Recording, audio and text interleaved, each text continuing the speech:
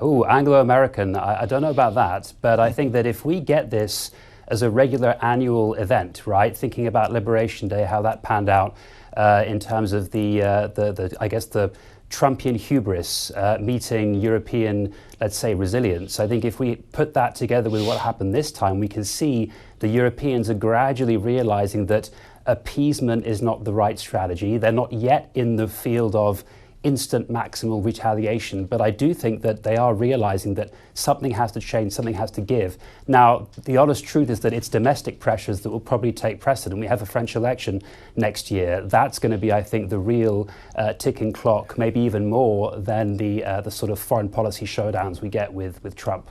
But we are getting there. Right. Lionel, this was obviously a very active week in Davos, and we saw the United States effectively pulled back on most of its, I guess, demands vis-a-vis Greenland.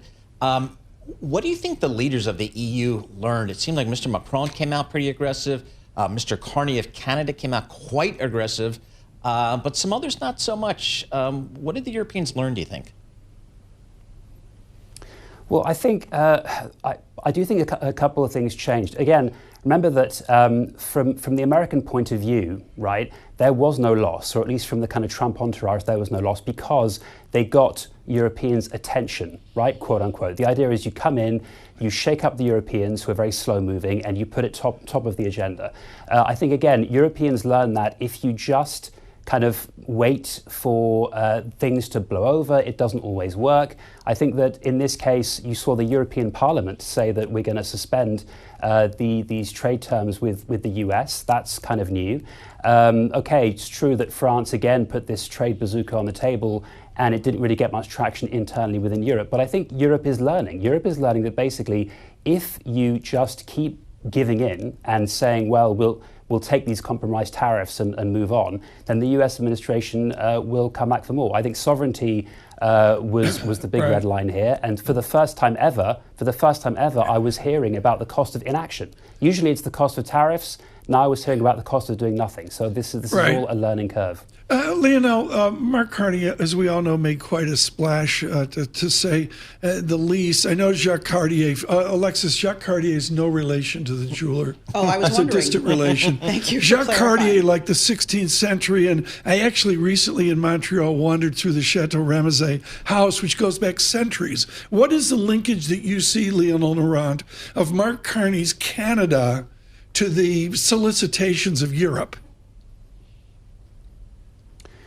Well, I think it's that old phrase about the old order dying and the new order struggling to be born. I think the truth of the matter is that the bigger picture is this is a sort of temporary moment. We in Europe and in Canada, we don't actually know what's genuinely going to happen. And I think Trump, the only merit that I can see in the US approach is that clearly it is trying to make sense of the next order and at least trying to shape it.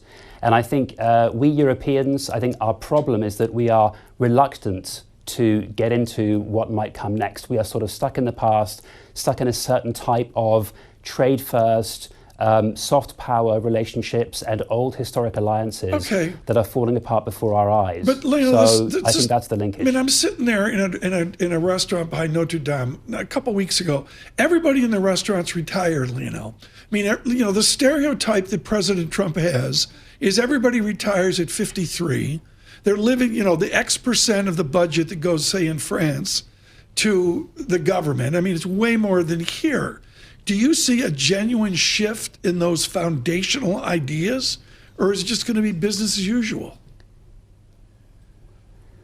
This is what I'm saying about the domestic pressures. I thought you were going to make a reference to the demographics. The demographics in Europe are even more important. That is obviously changing everything. That is real gravity. Demographic gravity will obviously force a change. Sadly, I think financial markets move quicker. They're going to force a change too, and that's going to happen in the next couple of years. So I agree. It's not thunder and lightning today, but something is definitely going to have to give soon. Lionel, is there a belief in Europe that this America First approach that de-emphasizes historical allies and relationships, that's more than Donald Trump? That might, in fact, be a change in overall U.S. public opinion? Absolutely. Again, I don't think Europe deserves prizes for foresight. Trump won was in 2016. That's almost 10 years ago. May I remind you that under the Biden administration is when France recalled its ambassador over the AUKUS issue, right? That was the first time France had ever done that. France realizes it. I hope other countries in Europe do too. This is sadly beyond just one president. Lionel, the only reason we wanted you on, Paul and I were just curious, what are you going to do, Lionel Laurent, about hotel prices in Paris? What can you do? I'm sorry to say that it's richly deserved, right? The tourism surplus or the tourism deficit, as long as Americans will see Paris as special. And I remember during the worst of the pension protests, when there was garbage piled high in Paris, all the restaurants were full of Americans like you. So keep coming, keep spending that money.